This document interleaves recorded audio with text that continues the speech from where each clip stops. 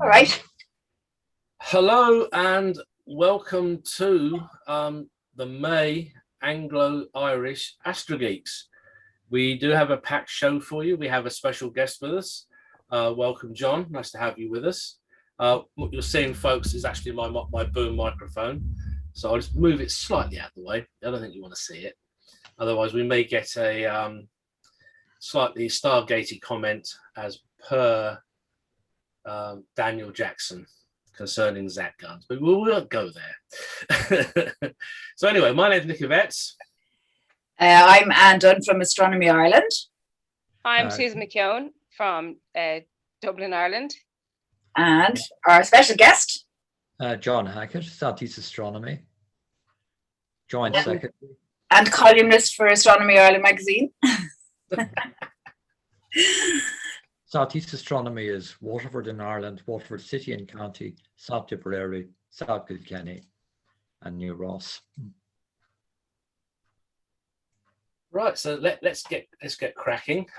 Actually, yes, this is another Zoom show. I'm ditching Skype. I've had too much trouble with it in the past month, and I guess Zoom decided to go on strike too. So we had a lot of fun connecting tonight. We're here. What I find with Zoom, once you get it right once, you'll never have trouble with it again. Really, it will just go on working. Oh, we recorded a show with Carl Hethringover, the comic guy. Yes. And apparently everybody could hear me on the show. Yes. But when I went and posted the recording, not a sausage out of me, only the answers to my questions. Oh dear. Oh. Because I mean, we do, and we have monthly talks now on Zoom, Yeah, you got really used to them. General meeting, and then we do committee meetings and other activities, So anyway, we'll get started. We'll quickly go through some of the what to see in the sky mid-May to mid-June. I'm going to kick off with the supermoon. It's not a supermoon. It's the energy of the Earth, Moon, and Sun system. That's when we see this really big, beautiful moon. Supermoon is an astrological term coined back in 1974 by an American astrologer. I hate it personally, but that's me. Well, it gets people looking up, so. And the moon is always super. Yeah. Okay. So, sorry, go ahead, Nick. Well, Mercury is 20th of Mercury. Mercury's 0.5 degrees from Venus.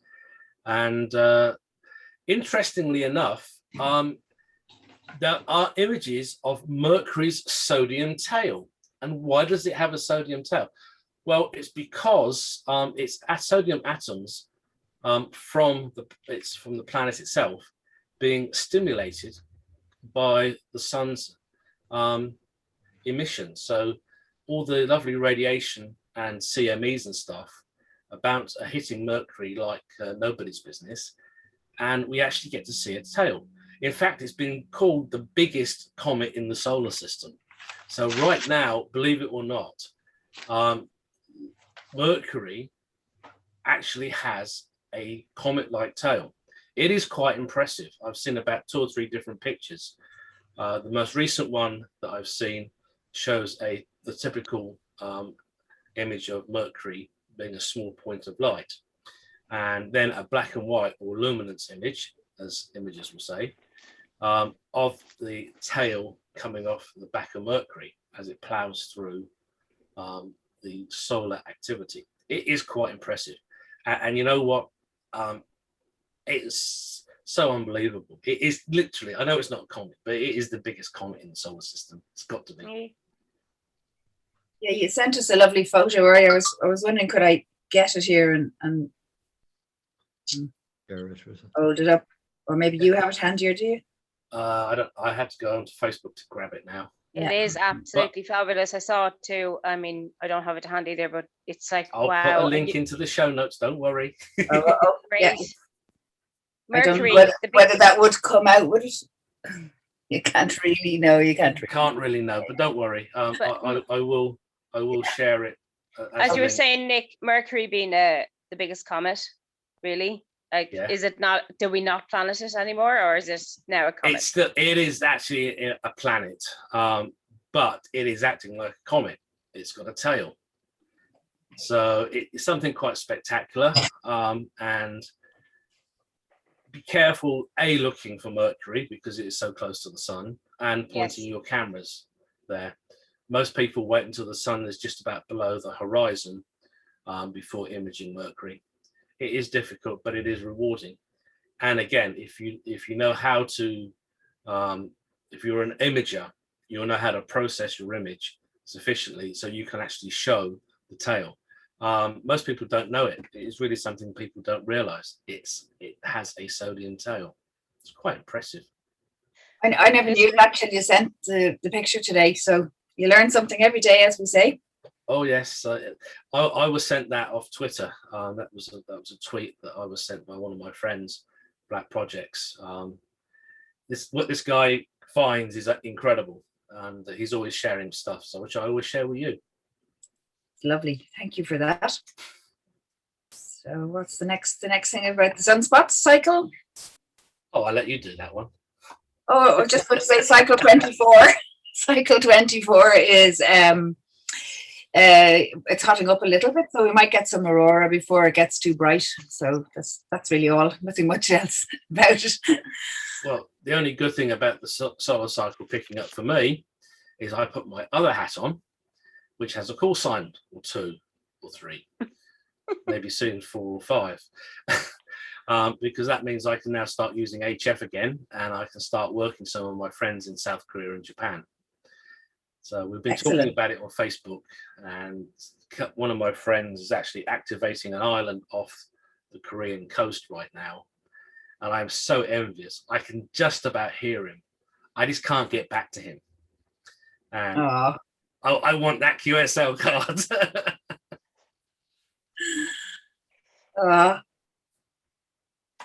So the next thing is Jupiter and Saturn are becoming visible in the early hours if you feel like getting up really early in the morning. And as the month goes on into June, then they'll be rising earlier. So you might stay up late to see them then, but at least they're coming back into the skies again. The last couple of months has been nothing much to report. Then Mars. Mars is pretty far away in Taurus at the moment, so it looks quite small, but you can still see it. And then another one that is visible after sunset, as well as Mercury, is Venus. Yes, actually, this is a target you can actually capture with a bog standard DSLR and a telephoto lens. You're going to need a tripod, but you can get it.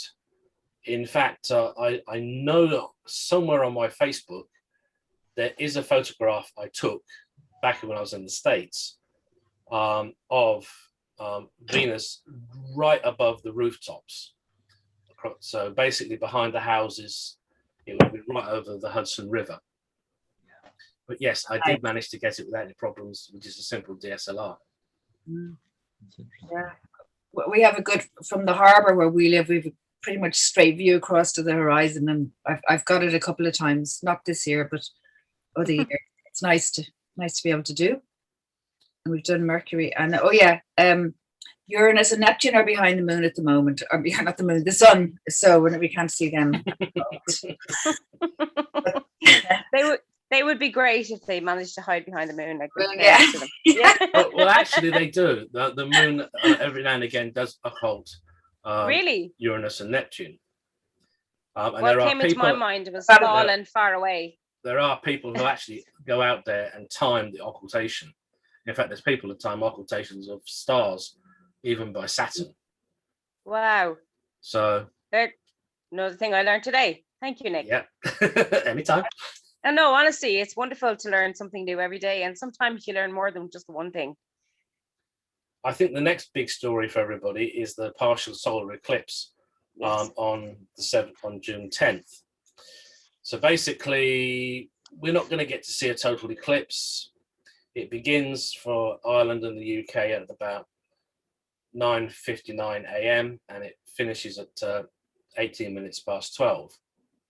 Don't look at the moon. Sorry, don't look at the sun direct, unless you want to damage your eyes. There was a really good video on YouTube. I think it's been taken down because too many people objected.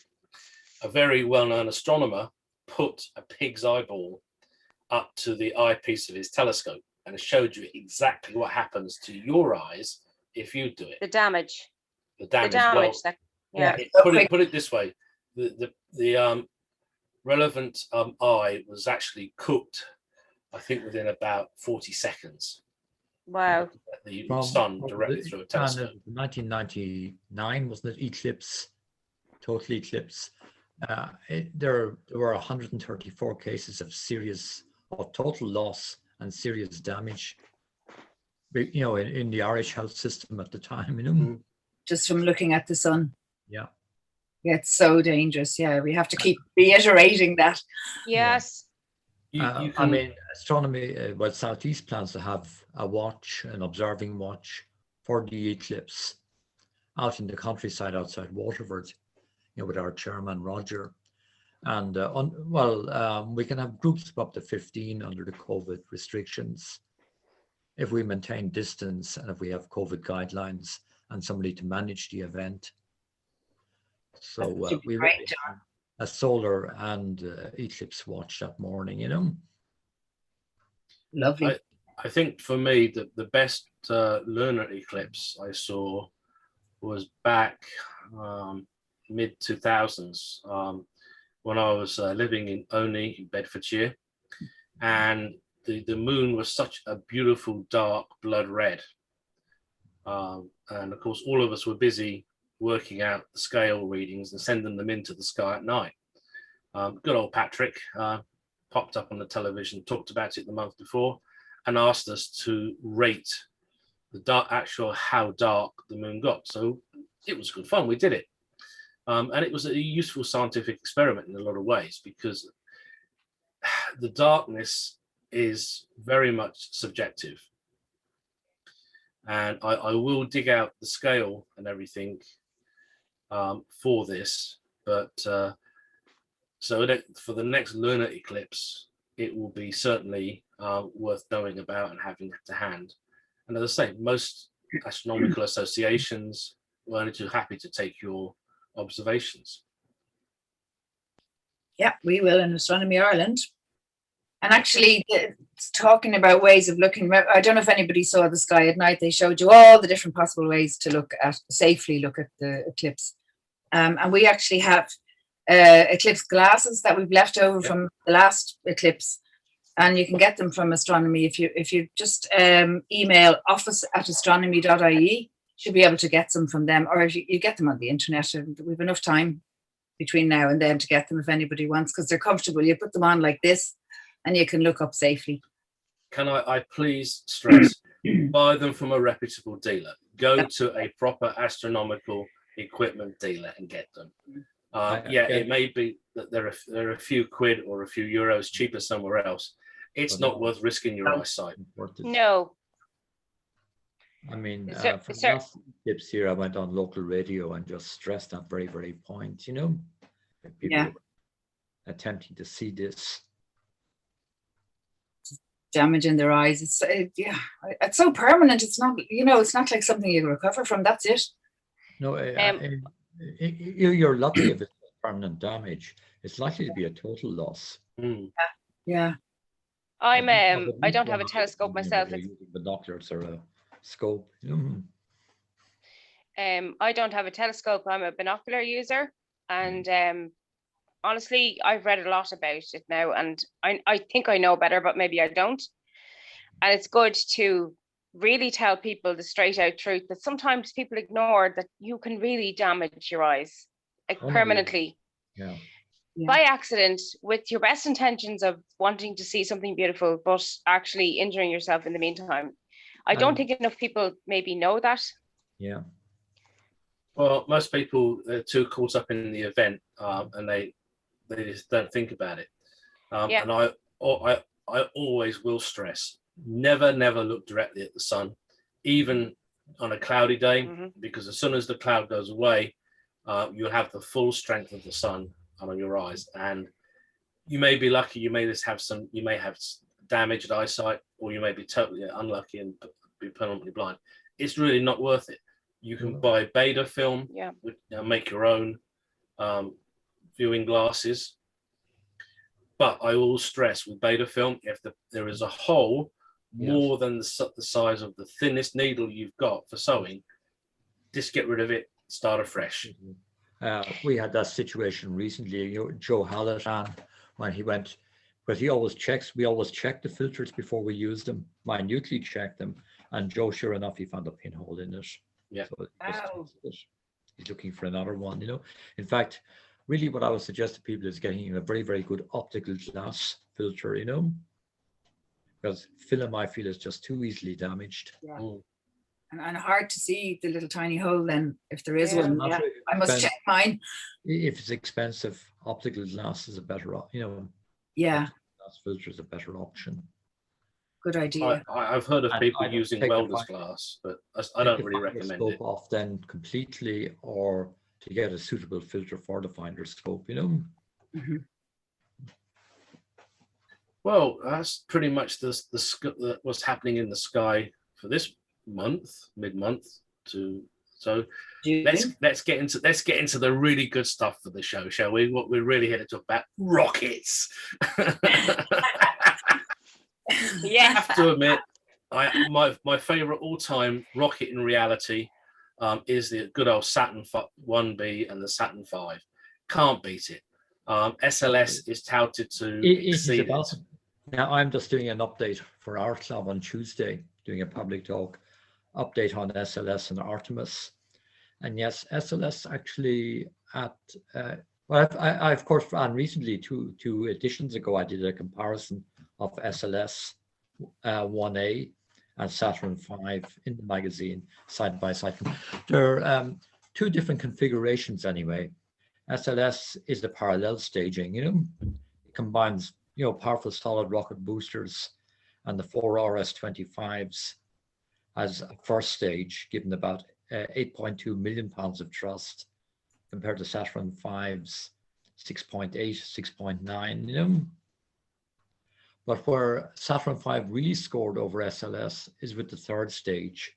Third stage of SLS is the tiny, puny Delta IV third stage with the RL-10 engines, but it's enough to send Orion into that halo rectilinear lunar orbit.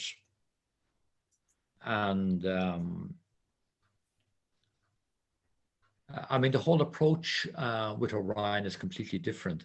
It will involve pre-staging with Gateway, putting your lunar lander in place, whatever it's going to be. Looks like it's going to be Starship. It will involve sending probes then using commercial launchers like Vulcan and like Falcon Heavy and Starship as it emerges maybe around the end of 2023. And Starship is simply a high-performance upper stage with a reusable fairing which encloses a cargo space. That's all it is. For all the hype around it, that's all it is. It's a high-performance reusable upper stage. The thing that got me, okay, now I'm actually showing my age. Is the first time I saw the new rocket from Mr. Musk, and I won't go into the initials because it can be taken the wrong way. I thought, oh my gosh, he's built the Anastasia from Dan Dare. It's so close to the old Anastasia, and even my daughter, who only had the animated Dan Dare, and later on when I decided I can't miss this opportunity to educate her in classic science fiction, I started buying the graphic novels of Dan Dare from the old comic strips. And yeah, it was like he was taking his ideas from science fiction. He even talks about building Moonbase Alpha. Yes. That's why I've got the background I have tonight for this show. Very good. No, I think Elon, what you got to realize with Elon at times, I think when he makes these public pronouncements, he's smoking something. Well, he has admitted it in one radio interview. With Elon, what you have realistically is you have a super heavy booster with 30 Raptor engines. It will have twice the thrust of Saturn V, but then of course it has to carry a lot of fuel. It's going to be reused. So it only has the same payload to low Earth orbit as Saturn V. The upper stage then, Starship, is essentially just a high-performance reusable upper stage with a cargo space where you could also have a crew cabin. But I mean, no agency after the shuttle experience, no agency is going to buy into integrating a crew cabin into a rocket stage ever again. Whereas essentially shuttle with the 4 main engines in the base, plus the external tank, was a second stage rocket. And the crew were embedded in it. They had no launch abort, no hope of escape. Well, the good thing about the Apollo program was, in my book in particular, was they had the escape tower technology. Well, now, I would say the new, we'll say pusher type systems are also very, very good. I mean, and Falcon, and they actually sacrificed the Falcon 9 first stage booster to demonstrate the pusher type system, you know, and it's extremely effective. They arm it about 40 minutes before launch on Falcon 9 when they begin fueling, so they can do a launch abort right off the pad, you know. Well, I remember going back to Apollo, Wally Shearer's complaining about the Block 1 seats in the command module, because he says, yeah, great. You're going to guarantee that we're going to splash down. He says, if we have to abort and the wind hits us, we could be crashing into bits of Florida itself. And he was very vocal, and he actually got it changed to the much better, I think it was the Block 2 seats that were going to go on the next mission for his. And I think he did the right thing, because it was the first manned flight of Saturn, and nobody really knew just how effective the escape tower system would work. And of course, there was the risk. Because of course, Wally Shearer launched on Saturn on the 1B. Yeah. Whereas like Apollo 8 launched on Saturn V, and didn't just do a high Earth orbit test. It went all the way to the moon. Yeah. Which was spectacular. But as I say, the important thing about the 1B launch was the fact that it was there to prove the command module and systems and everything else. Yeah. And that was the only way they could do it. The Saturn V was not ready, but by using the 1B, they proved that the 1B was fully capable of doing everything it was needed. Interestingly enough, in Skylab days, they had a 1B permanently on the pad with a stripped out command module as a rescue vehicle. Yeah. They still have that 5-seater Apollo on display. Yeah, but it was amazing how they actually turned it around and said, yeah, we have our life capsule. It's a Saturn 1B with everything but just essential avionics on board to allow us to get up there, get you guys, and get you back. Yes. It was a great idea. It worked. Yeah. And of course, eventually they went back to the idea with shuttle when in the final phase of shuttle from the return to space in 2005, they had a launch on need. Yeah. Atlantis was the launch on need for STS. 135 was the launch on need for STS 134. So 135 was flown with no launch on need backup. I think they started doing that when they were planned. They did that for the Hubble refurb mission, upgrade Hubble. The Hubble also, the last Hubble mission was flown without a launch on need. There was absolutely no hope of rescue if that Hubble mission had gone wrong. Well, I think that showed the limitations of the space shuttle. Most people liken it to a flying brick. Like with Elon Musk's Starship, how do we go back to that concept of a crew cabin embedded in a rocket stage? No, what variants of Starship will be used? You can have a variant with a blunt nose with a spacecraft adapter, which can launch Orion or a Super Dragon or some other type of. Well, there's Dream Chaser out there. Or a space plane.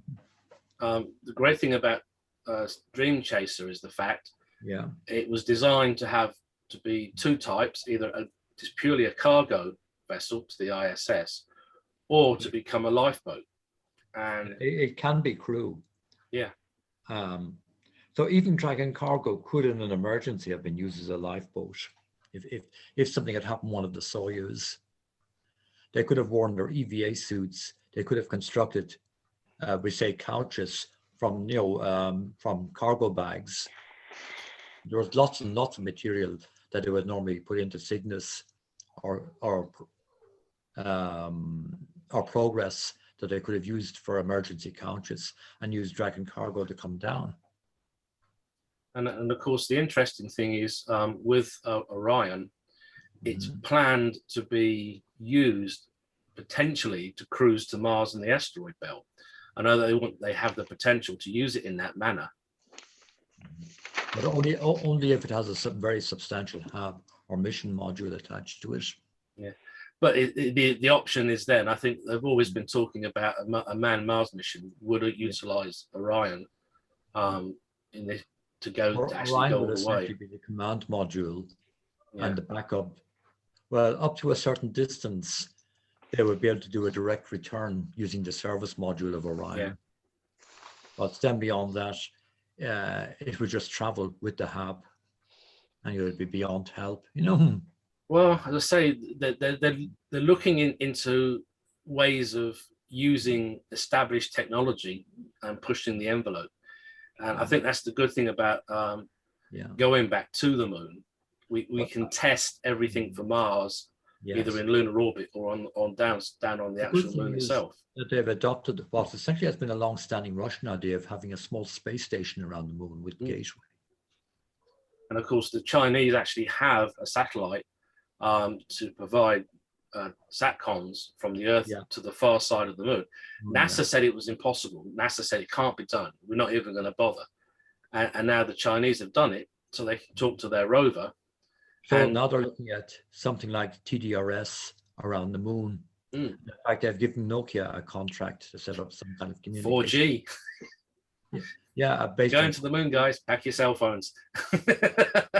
So by the end of the decade, you'll probably see several Nokia technicians on the moon, well, along with other commercial and research guys, and girls. I think return to the moon is going to happen. It has to happen. Although it will, especially now that kind of NASA have opted for, we say, for Starship or a version of Starship, the lunar version. It will happen by at least 2026. They will have done the demonstration mission. The demonstration mission, the milestone is to put the next woman and the next man or whoever, the next two people anyway, on the moon, by at least 2026. It could happen. Elon Musk said he will do his best to see if it can happen in 2024. It's 2021, so that's approximately 3 years. It's possible. They expect to do an orbital test with Starship at the very end of this year or early next year. Well, I know they were originally planning to use the first Orion mission as a manned mission and go circumlunar. That's now been changed, as I remember, to being an unmanned test. Although the Orion mission, which will launch in November, is going to be unpiloted, on crew. And now that comes with a great deal of opposition, pushback from both the contractor, Lockheed Martin, who said it's perfectly safe to send crew, and the astronaut office, who wanted 2 people flown on that mission. Well, one good thing is for the Orion crew, when they eventually do launch, is they could potentially abort to the ISS if necessary. Interesting thing is the Chinese have on their spacecraft now the internationally agreed docking collar that is used on the ISS. Yeah. This is the new docking collar they have, say, on the forward port and on the zenith port of Node 2 on ISS, and it's very, very similar to the Russian one. It wouldn't take the Russians can also adopt it, Yeah. Just for the moment, it's more convenient to continue using their existing hardware on the Russian side, and of course, national docking collars on ISS anyway. Now. Sierra Nevada, which will launch the Dream Chaser cargo, which will launch next year, it uses the European hybrid docking mechanism, so it can either be berthed or it can dock to the international adapter. It's a hybrid adapter. Well, the ESA is known for being a little bit crafty. Actually, I've actually invested in Sierra Nevada by giving them several of these. This is their investment in kind. They've given them several of these hybrid docking adapters. So with Sierra Nevada, you can either berth it, which they will do for the cargo version, or you can dock it. And of course, from some of the some of the drawings I've seen being put out from Sierra Nevada, they're talking about backing in to do the docking. The dock port is on the rear of the spacecraft. Yeah, so they will have a module, a logistics module, about slightly over half the size of the one that was carried in the cargo bay of shuttle.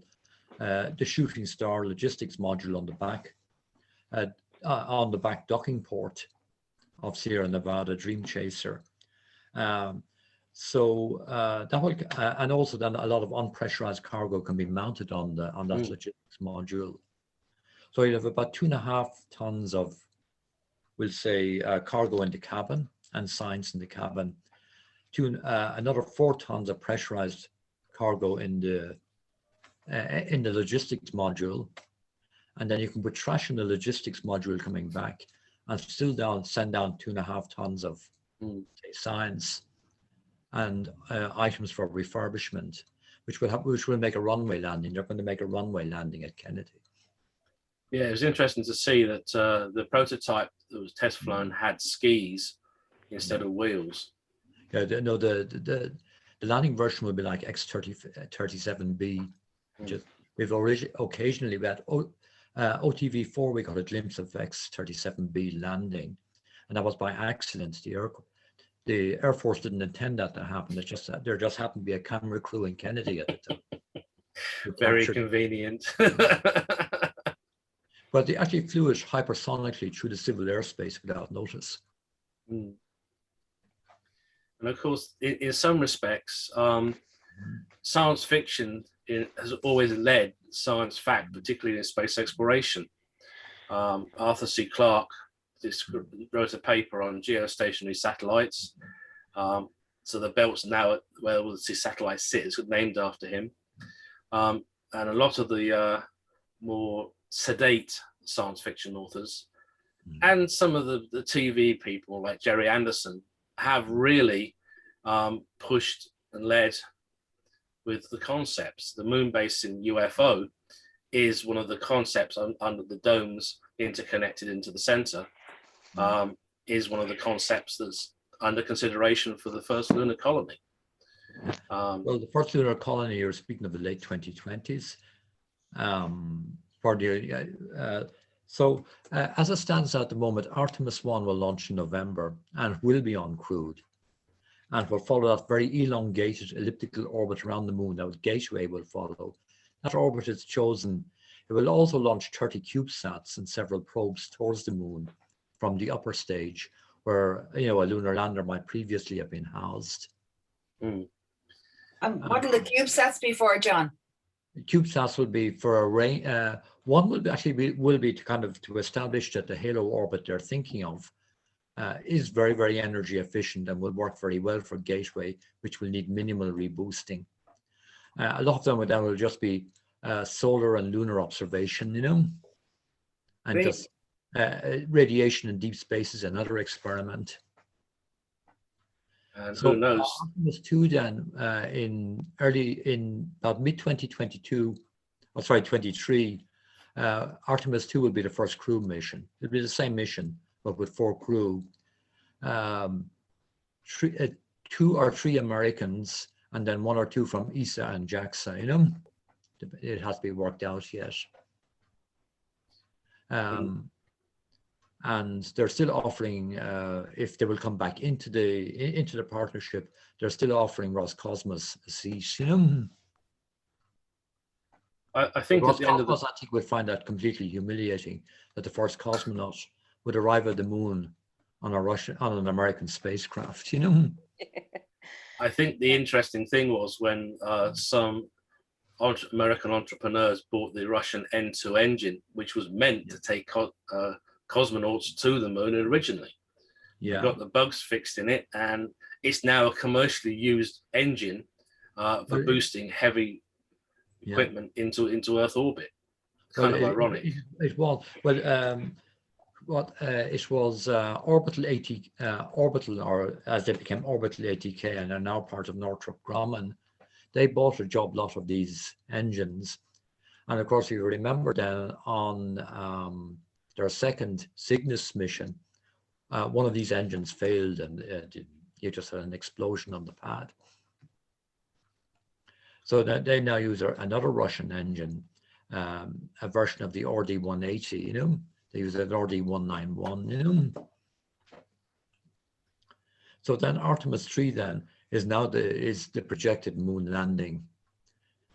We'll see if that happens or not. But Artemis 4 will be the moon, combined with Lunar Starship, will be the moon landing.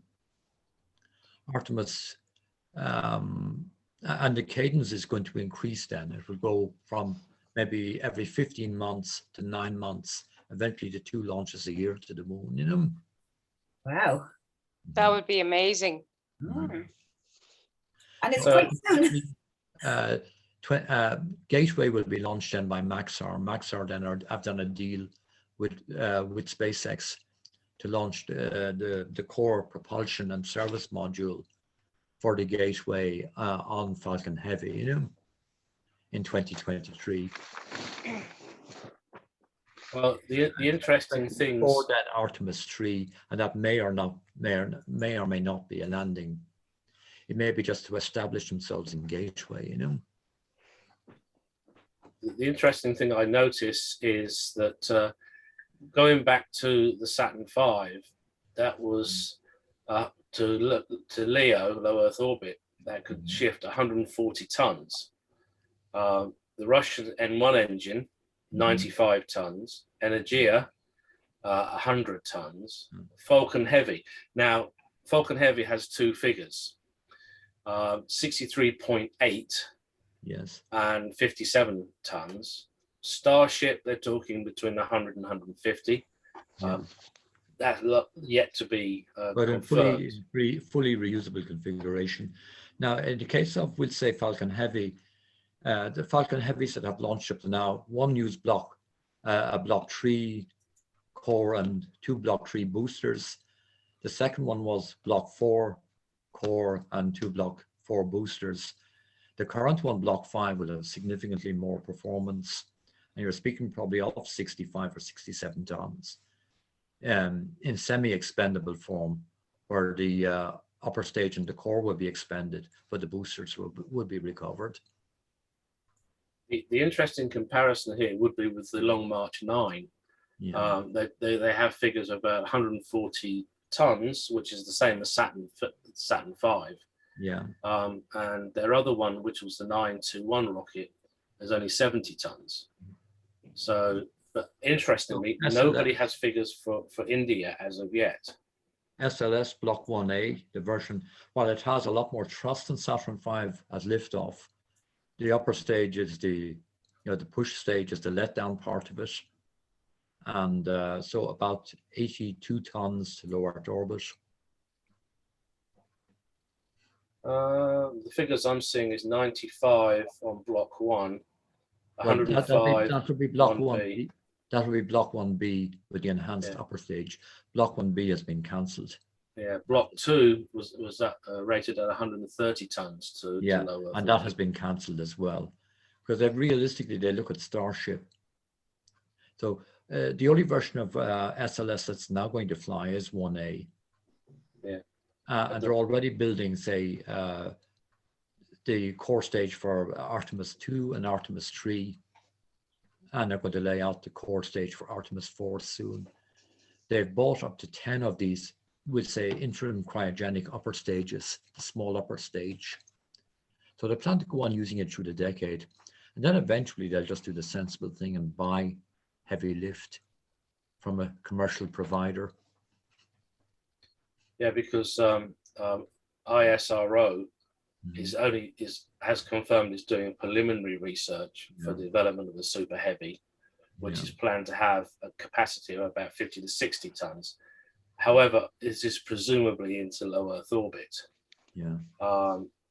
And they're using clustered SCE 200 engines, which is still being developed by them. Yeah.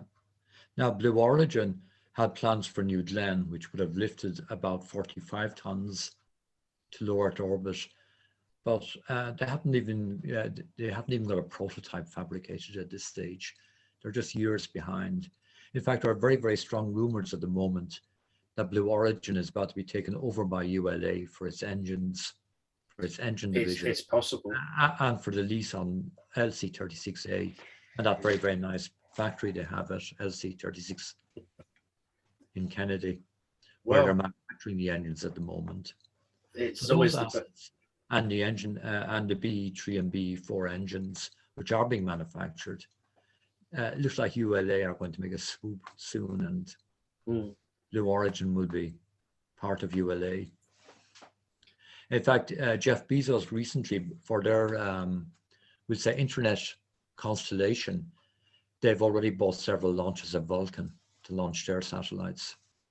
So the sister or the parent or sister company doesn't seem to have much confidence in the future of it, you know. They are going to launch, of course, we'd say New Shepard 16 will launch 5 Blue Origin employees, suborbital, on Moon Day on the 20th of this year, you know. And one seat has been put up for auction, and the money, the proceeds, will go to a foundation Blue Origin has for promoting STEM and promoting jobs in STEM, you know. The Russians are reviving their Energia Booster. That was proposed back in 2016. Yeah. And the first flight, I believe, is scheduled for 2028, with moon landings in 2030. Yeah. They're thinking it's possible at least 90 tons to LEO and maybe 20 tons to lunar polar orbit. And this is using their new system designated Yensi. It's a super heavy, which uses existing components instead of pushing the Agara AV5. AV5 or AV6, my vision. So AV5. The situation at the moment anyway is Artemis is about to happen. The Biden administration has given NASA a $3.5 billion increase in its budget this year. Bill Nelson, of course, has been sworn in as administrator, and he has really emphasized that NASA is nonpartisan, and you have continuity of programs now from Obama to Trump and now to Biden. You know? Yeah. And he had both administrators, Charlie Bolden and Jim Bridenstine, through Zoom, was present at his swearing in, you know. It's nice. Yeah, so he tried to emphasize that this was non-partisan and that the program would be continuing, you know, as Obama and as Trump envisaged it, you know. Excellent. And of course, poor old Ares was intended to... George, the whole thing was fantastically over budget by 2010. And they wouldn't have put anything into low Earth orbit until about 2028. Well, it was an interesting concept, but then again, they were using many elements of the space shuttle program, both on the ground and for flight hardware. But that's just simply shuttle launch system repackaged. The core stage was the external tank, the solid rocket boosters. 2 of the RS-25 engines for Artemis 1 were used on STS-135. And one actually is about 16 years old. It has flown on about 20 shuttle missions. Moved around between different shuttles. The thing I never really liked about the shuttle was in reality the SRBs, because they were so prone to failure or to... The Russians would never use solids for crew flight, you know. And their space shuttle, Buran, I think that was what it was called. Buran, is actually decaying. It's in a hangar, and it's had part of the hangar roof falling on it already, which is sad, really. Rush to actually kind of preserve it. It would be good to preserve it for history. It was I think 2 or 3 times bigger than the American space shuttles. Yeah, it was side mounted on Buran. Side mounting was always going to be a problem, though, because you you have ice, you have all kinds of debris Mm. raining down on the orbiter with its very delicate silicon heat shield, you know. That was the biggest problem they had with the shuttle program, was the tile damage due to debris from launch. Most of it was ice off the tank. So looking at Dragon, then we'll say, well, you recovered the booster, of course. The Crew 1 booster is going to be used again in September for the Inspiration 4 launch. So it'll be a third reuse for Crew. In fact, Thomas Pesquet started a new tradition. When they're at the rehearsal and they were standing at the booster, he took his finger and he signed his name on the booster into the soot with his finger. Then the other three joined in, you know. So they've started a new tradition of signing the soot on the reuse booster, you know. I have to admit, one thing I would love to do is go to the historic launch pad for Apollo, because believe it or not, the actual escape room and refuge still exists under the launch pad. Oh, it does, yeah. In fact, James Burke actually made a TV show to show it all off, and he actually took the slide that would have been used by the Apollo astronauts if they had to use it. Yeah. So with Shuttle and also with Falcon 9 and with Starliner too, if it ever does fly, there is a slide wire system. So before they arm the launch escape system at say 40 minutes and begin the final fueling of say Falcon 9, the astronauts would just simply pop the hatch with the technicians. They'd use baskets and slide wire. Like Shuttle, they come down to an armored vehicle rather than to the we said that escape bunker under the pad, under the complex. In fact, if anybody wants to see a dramatization of how Apollo astronauts would escape, I heartily recommend watching From the Earth to the Moon, because they really do show how it would have been done. And they actually had technicians who would time the astronauts practicing getting out, running to where the actual zip wire was and zipping themselves down. And they were timed. They had to make a certain time in order to be safe and survive any trouble with the rocket. Space. Fully kitted out. Fully kitted out, yeah. Wow. And they did it fully kitted out as well. ESA said in their current intake into the ESA astronaut corps, in their current intake, they want to take at least one person who's disabled. But this is a major consideration. If you have to take the slide wire, if you have to do an emergency evacuation of the cabin and take the slide wire, what happens to the disabled person? Gets left behind. No, I'm not being funny or anything, particularly for the listeners. They were being quite specific though about what SpaceX said, they would have two technicians. Well, of course, it's no longer going to be academic, because in September, of course, for the Inspiration 4 mission, Dr. Haley Arsenault is flying with a prosthetic leg. Well, wouldn't hinder. SpaceX especially have two technicians who will remain in the tower, up to the time the launch abort system is armed, in case she has to take to the slide wire, The interesting thing was with Apollo, once the astronauts were sealed in, the White Room was actually locked out, and all the technicians had left the gantry. That's the way it would normally happen with SpaceX too. At about 50 minutes, the White Room is locked out. The crew access arm then at 42 minutes moves back from the spacecraft. The launch abort system is armed, and then it's abort on the pad after that. It would certainly be a sight. I know that for SLS, they've tested the escape tower technology with a dummy capsule already, and it's proven and worked well. In fact, they actually successfully had the parachutes on the capsule go into pop and actually land the dummy capsule safely in excellent condition. There was no damage inside. So they have several landings too with the Crew Dragon. Of course, the Crew Dragon capsule then incorporates not just the crew cabin. You have the service. Essentially, the service module is embedded in the capsule as well, because the cylinder at the back is only a hollow shell. It's just a trunk from pressurized cargo. It also mounts the solar panels and it protects the heat shield while they're in orbit, which would otherwise be exposed. And of course, with Orion, the interesting thing is when they leave this, they attach the service module to come home in the command capsule. It's there; it can be reused. So that's going to be a saving as well for the program. No, for Orion, no, the service module is aborted. No, I'm talking about the service module. They show it's capable of being left. Or to be left in orbit. Yeah, left in lunar orbit, even. You know. Yeah, well, it gives them a piece of equipment that they can always reuse in an emergency. So in the case of SpaceX, from the very beginning, they integrated the service section or service module into the capsule.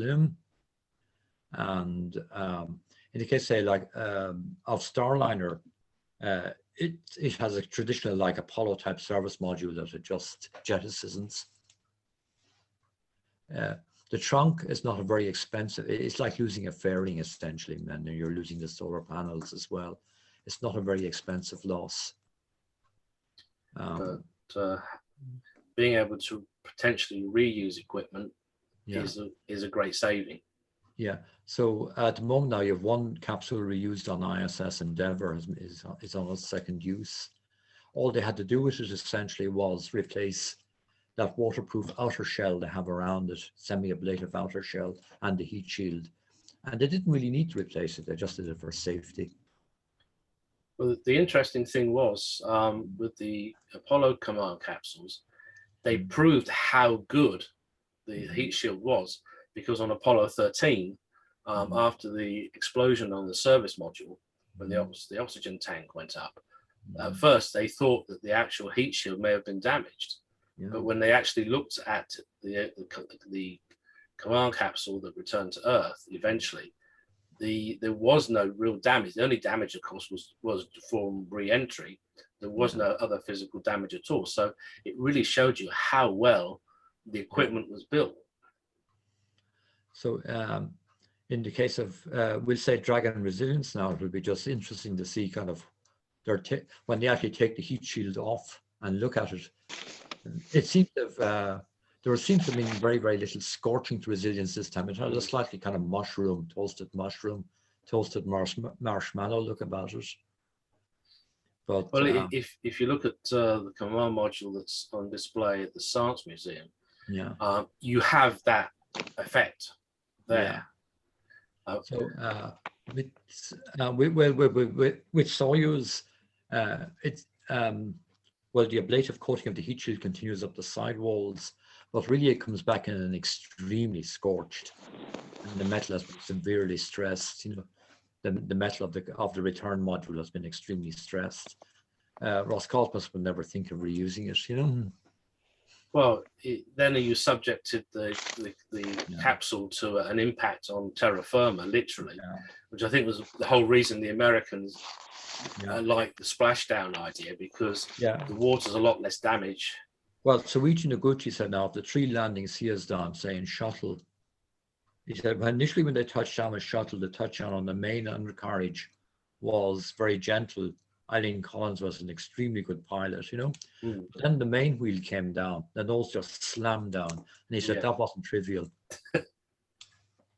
But then again, you've got something. Soyuz, well, that was just a crash into the ground. It was a car crash into the ground. Yes. Dragon, they hardly realized they touched down. It was extremely gentle. It was just a kiss, a touchdown, you know. And of course, the seats had rotated, so the astronauts were in an almost upright position. Which meant I know that Anne's got something she wants to in talk the upright capsule, waiting for the, and within half an hour there anyway, they were on the recovery ship in that cradle up against the recovery platform, and just stepping out, that Mike Hopkins actually stepped out himself onto the recovery platform, which is very like, it's just a reverse of what they do at entry in the White Room, where they step off a platform into the cabin, you know. Now, I know that Anne wanted to talk about Neil Armstrong and Mike Collins, who we just recently lost. So Yeah. I'll let Anne get in for a change. Well, I was like, no, because John is actually doing an obituary about this for the magazine, but Michael Collins was, but both Neil Armstrong, we can claim Irish ancestry. Neil Armstrong, apparently his great far back ancestors were cattle rustlers in Fermanagh up the north of Ireland. Wonderful. Yeah, and then Michael Collins, it was only like his grandfather, I think, John, you probably know more. Was it his grandfather or great-grandfather came from? His great-grandfather was Scottish, you know. Yeah. I mean, with the name like Michael Collins, so. Yeah, he had a great-grandfather who was Irish and a great-grandfather who was Scottish. You know? Yeah.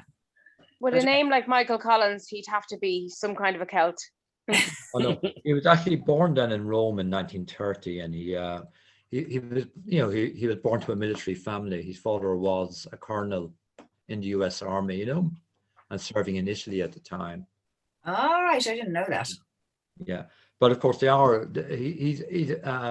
His great grandfather would be Irish. You know? Yeah. The name, with a name like that. With a name like that. It's a So wonderful name. anyway, he graduated from West Point as an army officer in 1952, and then opted to join the U.S. Air Force, which had become a separate service. You know, and U.S. Air Force only became a separate service in 1947.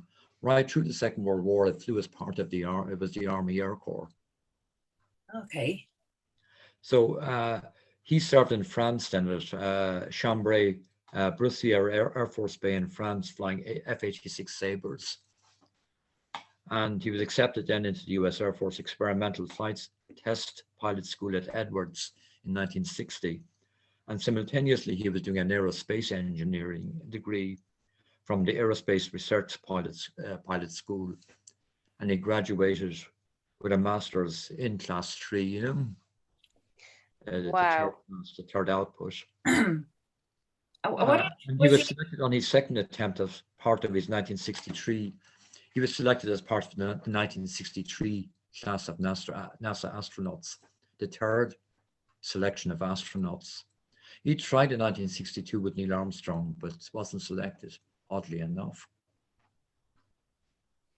And then he was assigned then almost immediately, like the Gemini 7, as the backup pilot.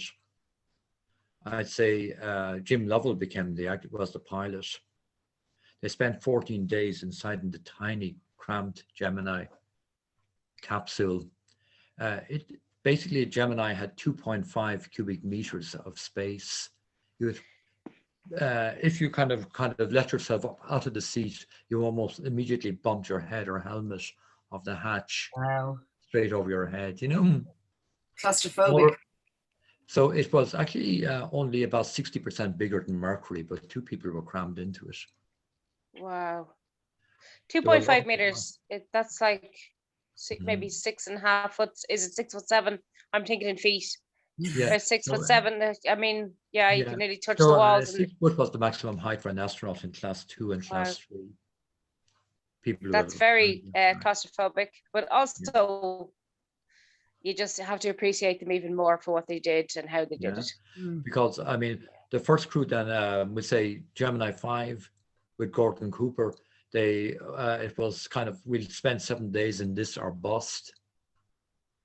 They had a wagon train painted on the capsule, you know.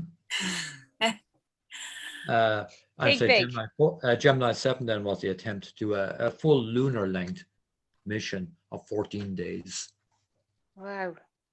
And conditions were, they were wearing something like the modern Sokol suit or SpaceX or Boeing suit, something very light and flexible that couldn't be used for EVA. Okay. They were, like a modern cabin suit. They did manage to get out of it. It was kind of a contortionist act. Fair play to them. How do they do that? You'd need to be bending. You'd need to be just bending more than just kind of like 12 days. Yeah. I'd say they had to. I won't even go into the sanitary arrangements. I don't want to go. I was just going to say they would have had to bend more than just going forwards and backwards and touching the floor. You'd have to be bent in all sorts of ways to get out of them. Like Dragon and or Apollo for that matter, and do science, do something useful for the 14 days. They just have to sit there and be a guinea pig, be a test subject for 14 days. Also, it's a mind It became a mental ordeal. a mental thing as Both well men- as obviously physical. Both men just look back on the mission with horror. Oh God, the poor thing. Oh dear. Yeah, I'm sure it wasn't. It was far from easy. I mean, and Lovell did 2 Apollo missions afterwards, Apollo 13 famously, but they did amazing. yeah. The men, they really did. I often thought about. But I mean, in every other way, Gemini was a very modern spacecraft, and probably even a more modern one than Apollo. Yeah. Lined after Apollo. But Michael Collins on his own orbiting around the moon while the other 2 were down on the surface. I mean, So- back to the claustrophobia. No, I mean, Apollo was almost 6 cubic meters. It was quite spacious. Big enough. It's huge. But just being there on your own, going around the moon. Going Yeah. around, the orbiting by yourself. Collins had a very interesting first space flight. He had looked at the whole problems that Gene Cernan had with EVA in the Apollo 9A, or sorry, the Gemini 9A mission. So for a Gemini 10, he had some ideas about EVA. He tried to use hand grips or use the tether where that was possible to kind of translate himself or pull himself from the capsule to the Agena, where he recovered a micrometeorite experiment that had been on the Agena 8 from the Gemini 8 mission about 9 months before. So with Gemini 10, then they had a very interesting flight. They did a docking with the Agena target vehicle. They did a restart of the Agena because, of course, they would have to be able to restart engines for Apollo. They did a climb to 763 kilometers at apogee, which was a record altitude at the time, And they saw the actual Earth almost as a globe for the first time, Wow. That Earth Society weren't convinced they continued in existence. I was just going to say, can you actually tell the Flat Earth Society this, please? Because wow, they don't listen. So so they did a restart, a second burn of the Agena, and they came back down then to the same orbit as the Agena for the we'll say Neil Armstrong and Scott had left behind them after their Gemini 8 mission got into difficulty, They did a rendezvous again with a second rendezvous, this time with the Gemini 8 Agena. They did 2 EVA. Collins for the first EVA simply opened the hatch and stood up, called it kind of a stand-up EVA. But that's wonderful. That's amazing to even just stand up. The main purpose of that was to do astrophotography, both optical and infrared astrophotography, So second EVA then back in, got the hatch closed.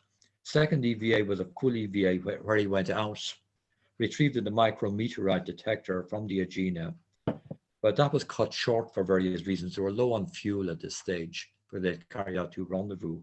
The wrong times you run out of fuel. But then they had really, really bad, like Ed White in Gemini 4, they had serious problems closing the hatch. Oh. So they had a really, really bad 8 or 10 minutes trying to close the hatch. Oh, I say that was scary. Yeah. So and I'd say 8 or 10 minutes of that fear is long. Yeah, he was assigned then to Apollo 9 as command module pilot. And but he also trained as lunar module pilot. And he had to learn to fly helicopters as part of that training. So he was sent along with Scott and their 2 wives to meet and socialize with cosmonauts for the first time at the Paris Air Show. So he had Pavel Belyayev and Constant. Now, I'm not even going to try. I'm very good at Russian names, but this one is completely unpronounceable, and found they were doing similar training for a circumlunar flight. So interesting, they were both training for a circumlunar flight. So in 1968, then Collins had to undergo back surgery. This was kind of a result where 2 vertebrae had begun to fuse in an uncontrolled way as a result of an ejection a few years before from his time as a test pilot. And So he was moved, he would become, so what happened there was the LM wasn't available for testing for the Apollo 8 mission, which it's supposed to be another Earth orbit mission. It was decided then to take the crew from Apollo 9 who had trained for a circumlunar mission and put them back on Apollo 8 and send that. This was decided in August of that year in 1968 to send this as the circumlunar mission with no LM with no LM, And then Apollo 9 became this low Earth orbit mission. So Collins then was the Capcom for Apollo 8. I think, in my mind, that's even almost more significant than Apollo 11, the flight of Apollo 8, first time to the moon, with no backup and no hope of getting back if anything went wrong, like 13, They would have been just left. Yeah. Well, the interesting thing is with when they were testing the LEM in lunar orbit, they had to go down to within a certain distance of the lunar. They went down within 50,000 feet. And I seem to remember that one of the crew at that particular time says it was very, very tempting to go the rest of the way and just do it, but we were professionals and we didn't. Well, also the LEM they were flying was too heavy to lift off again. True. If they landed, they wouldn't have got back up then. They were offered about 2 months before the flight in a last minute change. NASA offered to swap out the LEM to use the one from Apollo 11 on Apollo 10 to on-stack and put it in a lighter LEM. And it was like that, you said they were extremely professional. They said it would stick with the original mission. We'll do the reconnaissance first, Yeah. But the interesting thing was, it was Armstrong's abilities, which he had proven in the issues with the Gemini and at the Gina docking system, where they started to tumble. He'd proven that he could actually, by manually putting the Gemini capsule back into a level flight. Now, to do that, he had to bring up the RCS, which at that point was mission over, return to Earth, nothing else. Because and landing kind of 3/4 way around the world from where they should have landed. Yeah, I think they originally splashed down in the South China Seas. Yeah, totally well off where they should have been. Yeah, but it proved that a pilot could take an orbiting spacecraft out of a disastrous situation without blacking out. Armstrong admitted that he was probably pretty close to it, but it was doable. What he had said about it is, what Scott remembers is he had actually completely memorized all the controls, the entire panel layout of the Gemini, and was actually able to reach up and knew exactly where the switch was needed to activate the emergency return system. You would probably need to be able to see it in your sleep. Sorry, you'd probably need to be able to see it in your sleep. So I mean, he was very, very much the choice for the Apollo for the landing, And again, he proved that the choice was right because he manually brought the LEM in, instead of, because the radar kept dropping out, and it was a cruise. They at the point of no return at that point, so they had to land. So it had to be a manual landing. Collins then continued his lonely way around.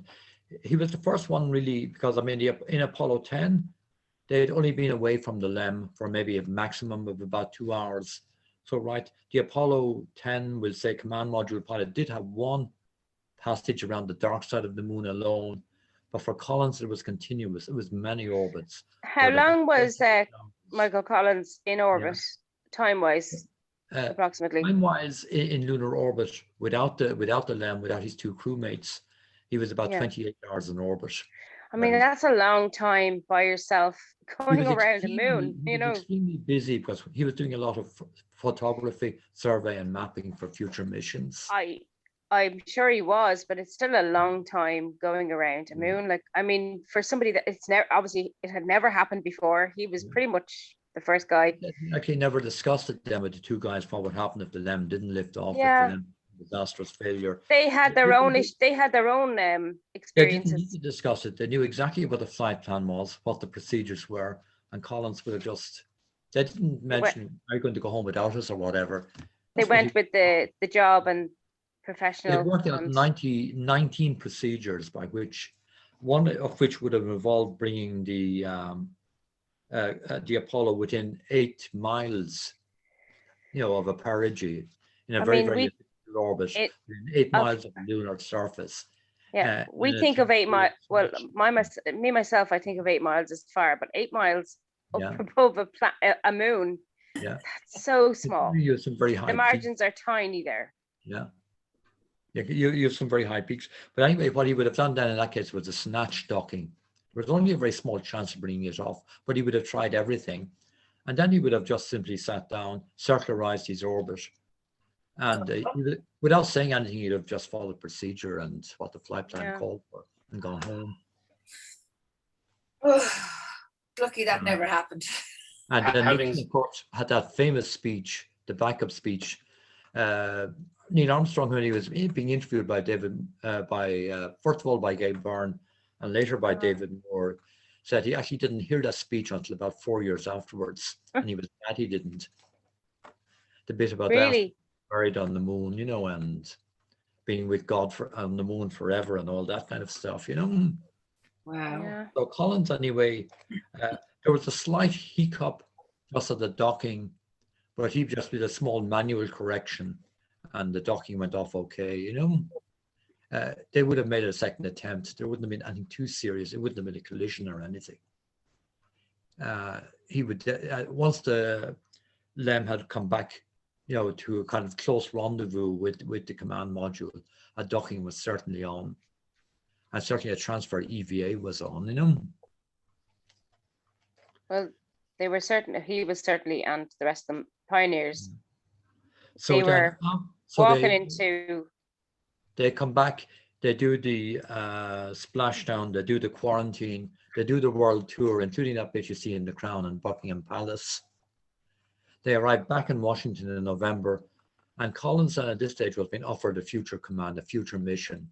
He would have been commander of 14 or 15 for certain, But he thought of 3 years he had spent preparing for this mission, the 2 years, 2.5 years he had spent preparing for a Gemini mission. And he said he just couldn't put his family through this again. He put family before career and decided to leave the program, even though he would have. As for his remarks to on the seat he had on the Apollo 11 mission, he said it certainly wasn't kind of the first seat in the house, but he was delighted with the seat he had and with the part he played in it. And what age was he then when he died? So he was 90 when he died. 91, 90. Sorry. 90, he would have been 91 this year. So the State Department then expressed interest in appointing Collins as an Assistant Secretary of State for Public Affairs. Now, he had no experience of politics. He had no experience of public affairs, but he accepted anyway. He was appointed. He became an Assistant Secretary of State in the Nixon administration. But it was a terrible time to be in the State Department. You had Vietnam going on. Oh, yeah. Oh, dear. And the State Department was impacted very, very heavily too, because there was no Department of Homeland Security at the time, but the enormous public unrest and protest within the United States itself. The whole political situation didn't work for Collins at all. So in 1971, he met the president. He offered his resignation from this Assistant Secretary of State post. Sorry, just can you tell me which president, as I don't remember, I don't know. Nixon. Okay, thank you. Sorry. Nixon. So he wanted to become he became first director of the Smithsonian National Air and Space Museum. Wow. He oversaw the completion of the museum in time for its formal opening during the 1976 bicentennial celebrations by President Gerald Ford. In 1978, then he became deputy director of the whole Smithsonian Institution. And he became a USF Major General in 1976 and retired from the Air Force. I keep saying Space Force. Starfleet comes to my head, but anyway. I'm thinking more of Netflix when I say Netflix and Starfleet. Yeah. And he retired in 1982 then as a Major General. So what age was he then when he retired? Obviously, still I'm not asking you to do math. 1930. So when he retired from the Air Force, he was 52. Now he still he was still there in a consultancy role. Yes, He had a very active role with NASA, you know, as a kind of as a but it is consultant. a little more relaxed than maybe as much as he was He doing. had written Carrying the Fire, which I've read twice. It's an absolutely wonderful read It in is. 1974. One of the very best of the astronaut autobiographies, you know, and description of what it was like to fly to the moon. He wrote a children's version, very charming, Flying to the Moon Oh, and Other Strange Places in 1976, which was republished in 1994. that's And he fabulous. I also, didn't know that. he also did like Alan Bean, like Al Bean. He also he took up painting. He wasn't as Lovely. successful as Al Bean, but he has some lovely paintings behind, you know. Did he ever paint any little aliens on the moon that he might have saw while he was circling over? I don't think Al Bean did either, you know. I mean, Michael had a very, very good, he had a fantastic sense of humor, a very subtle. Yeah. He was also considered one of the most sophisticated, one of the most rounded, most cultured of the astronauts. And He somebody sounds with a great taste in good food, you know. Well, I would definitely, from what I've read of him, sounds amazing. But listening to you yourself, I really can get an idea of the man. And thank you The so interesting much. thing is, he was on the He chat. tried to avoid publicity and the limelight. Like Neil, he just wants to avoid publicity and the He limelight. just wanted to get on with Balls was his the own one who life. just loved controversy, loves the limelight, still does. Who Buzz? Yeah. Yeah. Most of the astronaut photographs you see from the moon are Buzz hopping and dancing around the place. He's wonderful, isn't he? And very interesting the fact that both Michael Collins and Buzz Aldrin have the claim to fact that they actually did pop a punch that landed on a person who was on their show claiming that they never went to the moon. Yeah. Sorry, Buzz Aldrin had been Buzz Aldrin. This character had followed from the Flat Earth Society had followed Buzz Aldrin around for years, claiming he had never been to the moon, that Apollo 11, that all the Apollo missions were a hoax, Right. including Apollo 7 and Apollo 8. You know, they're just a complete hoax. So he had tormented Aldrin for years. Aldrin just turned around one day as he came out of a lecture and punched him on the head. Aldrin's daughter got between them. The police turned up and they charged the guy with nuisance and harassment. You know? Good enough. I mean, there were no charges pressed against Aldrin for assault, you know. Well, I mean, we're all pretty anti-violence, but that kind of seemed like it was coming. I mean, kind of well-deserved and a well-placed punch. In we say at the 50th anniversary then, 2 years ago in 2019, he actually did a series of lectures and public events. He realized when he was needed or when he had to do something, and he came out of his retirement. And I remember him speaking and meeting a lot of the younger astronauts and doing events with the younger astronauts in 1976. I'm just sitting in among the younger astronauts.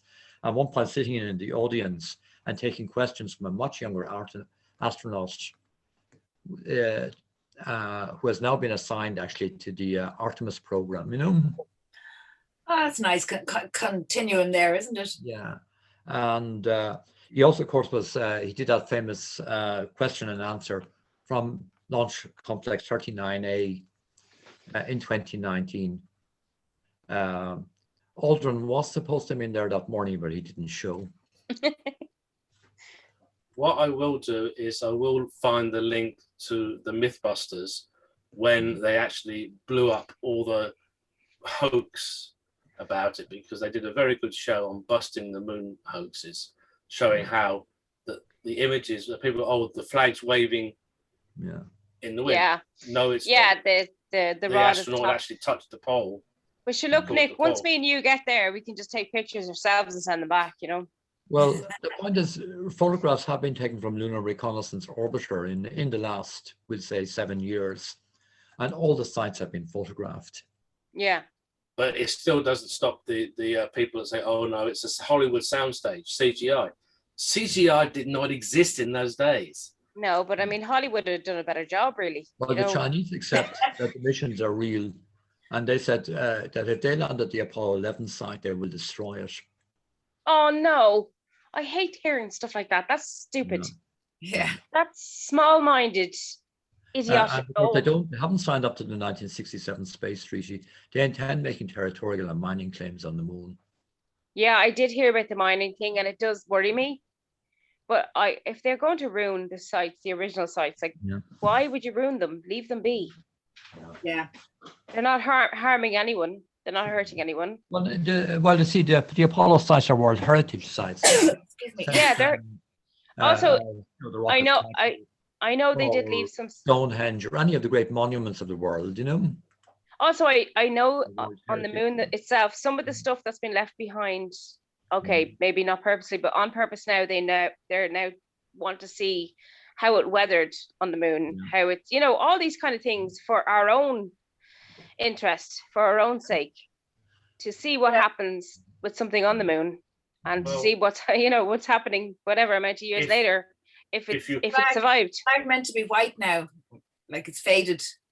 Am I right? Is the yes, flag faded? The flag sort of faded out completely due to the ultraviolet radiation. The That's other thing, stupid. of course, is one of the Ranger missions, one of the actual lander probes, was visited, and they did actually remove some metal from it in order to be able to see Surveyor, how actually. it worked.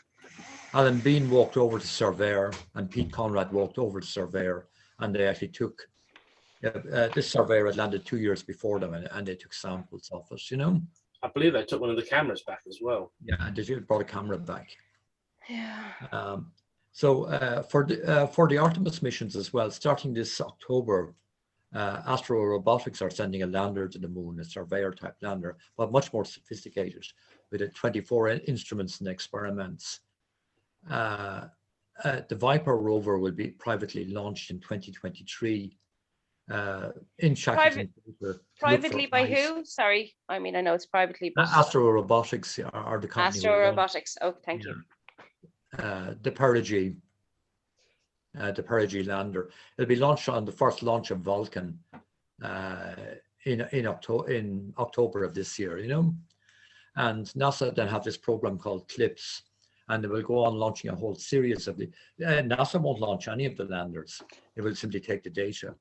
There'll be private research companies and private technology firms who will actually launch landers. And these will be the precursors then to the 2024, 2026 landing. And of course, there is the Google X Lunar Prize as well. Yeah. So I can't remember now the company who's doing the Viper rover, but I'll find out quickly enough. I have it noted, you know. Space is kind of turning into a bit of a billionaire's playground to me. Partnership. It's now very much a public-private partnership. To be honest, space exploration is not something. It's rapidly becoming something no one government can do on its own. It has to be an international collaboration. Absolutely. Then the Artemis Accords. Then you have NASA, you have JAXA, ESA, and CSA. Yes. Roscosmos were invited, but have opted out for the moment anyway. They've made an alliance with China. China has very much the same ambitions as space programs had in the 60s, national power and prestige. But also they have very strong mining and territorial intentions as well, you know. Yeah, the mining is very worrying to me. Well, to me, I think I know there's a huge iron deposit on the south pole of the moon, but leave it alone. Like Antarctica, the moon is a wilderness that should be preserved for research. Yes, and research, but research with carefulness and mindfulness, and leaving it alone as much as possible. We need a treaty. We need to update the 1967 treaty, modeled on the Antarctica Treaty. Well, even the fact that you said it's from 1967, it needs to be updated. And do science with minimum impact on the moon or Mars. Yes, or on anything. Really, minimum impact, as much info. We're going in the next 50 or 60 years. You know? Yeah, as much data gathered, but as little impact as possible on the moon, on the south and north pole, whatever it is. Well, the first lunar base will be at the South Pole, where the water. And that's where the Viper rover has been sent in 2023 to explore for ice. Yeah, but I mean, it's on the bottom of the moon; it'll just fall off. Well, according to the Flat Earth Society, it will. Oh, it's flat. Or Flat Moon Society. Sorry, I'm just messing. I know it won't fall off. But the other thing, of course, is the moon has a very rich deposit of helium-3, which is potentially a very important fuel for the space program in coming years. Yeah. So essentially then a Mars mission then, say in the early 2030s, a mission first of all to Mars orbit, because we won't land initially, but will be a hab-type structure, probably with an Orion spacecraft and a hab-type structure. So the lunar gateway, you'll have the core module, you'll have the habitation module, additional modules added on between now and 2030, or between 2023 and 2030. Like ISS, it will build up incrementally. And it will be a prototype then for the hab structure and a test bed for the hab structure sent out to Mars with an Orion or a Super Dragon. It will be exciting though. It will be interesting to see whose ideas win. Does Von Braun's idea of going to Mars take the prize, or will it be Zubrin's? Yeah. Well, also, I mean, we should be looking at the idea of a centrifugal. You can't rotate the whole structure, but you could have a centrifugal module where the crew quarters, for example, could be housed, where you'd have a partial gravity. I'm going to bring into that back in, trying to remember, it was the late 80s, early 90s, the BBC did a docudrama called Voyage to the Planets. Part of the spacecraft had a rotating living quarters, which got up to about just under 1G, where you lived, and they had a area of the ship where you could be isolated from solar radiation during a solar storm. And they were using the idea of atomic energy for propulsion. That's something else that has to be re-looked at, is the outer space test ban treaty, because that prohibits the use of nuclear power for propulsion. Well, and yet for, we say, ion drive or electric propulsion drive, a nuclear source will give far more energy than and continuous energy than a solar source. Well, they're looking at revisiting the Nerva ideas again, because it will provide such a huge power ability to spacecraft traveling the solar system. Yeah, and ultimately, I suppose MIT is supposed to be very, very close to having an economic working fusion reactor. Am I right in saying that ESA won't use nuclear? No, ESA doesn't do nuclear in any circumstances. Like for Perseverance rover and Curiosity, they're using that degraded plutonium fuel cell, nuclear fuel cell, as the source of power rather than solar power, like the earlier rovers, like Spirit and Opportunity. Interestingly, though, that they use the snap power cells on the Voyagers, and they're still operating. They're on reduced power now because it's been such a long time. They're the same kind of concept of it's a small uranium core, which is slowly degrading, and generating heat and power, But again, really, we need to revisit the Outer Space Test Ban Treaty, because it does clearly prohibit any form of nuclear propulsion, and we're going to need it to get into the outer solar system.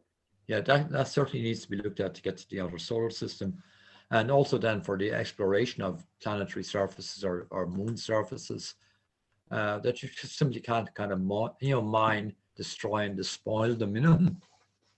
I have a little theory. Researching for. I have a little theory myself that I think everything we need to move past our solar system is here in our solar system. This whole place is basically a large gas station. We just need to know what to use and when to use it and how to use it to slingshot ourselves into the next thing. Yeah. Everything we need is here, but we just need to know the combinations of putting things together to get out. Well, warp drive theoretically does work. It just didn't work exactly in the same way as it does in Star Trek. Yeah. Engage, Captain. Doesn't work. You're actually warping a bubble in space-time, And inside that bubble, then the spacecraft is slowly moving or even static, moving along like surfer on a wave, you know? Yeah. Holding a wave. Well, actually, the theory was the Enterprise creates a bubble of, puts Yeah. itself into de Sitter space, which is hyperspace, Yeah. where the speed of light is multiple times Mm. more than what it is in the physical universe. So they speak then of this, we say, inertial damping system in Star Trek. But it wouldn't be necessary in the modern concept of warp anyway, because the spacecraft would be static within the bubble. It would be static, so you wouldn't need any suspension at all. Yeah, you wouldn't need you wouldn't need an inertial damping system. Yeah, and you don't need to go sideways on the chair either. Well, we are actually approaching a record for the show. Yes, and exactly. Or artificial gravity, you know, unless of course you come up with some kind of energy-based artificial gravity system. But that's my next job. Yeah. It looks like we're going to have to leave the space debris till next time, Susan. Listen, there's no problem. It's going to be still there. Yeah.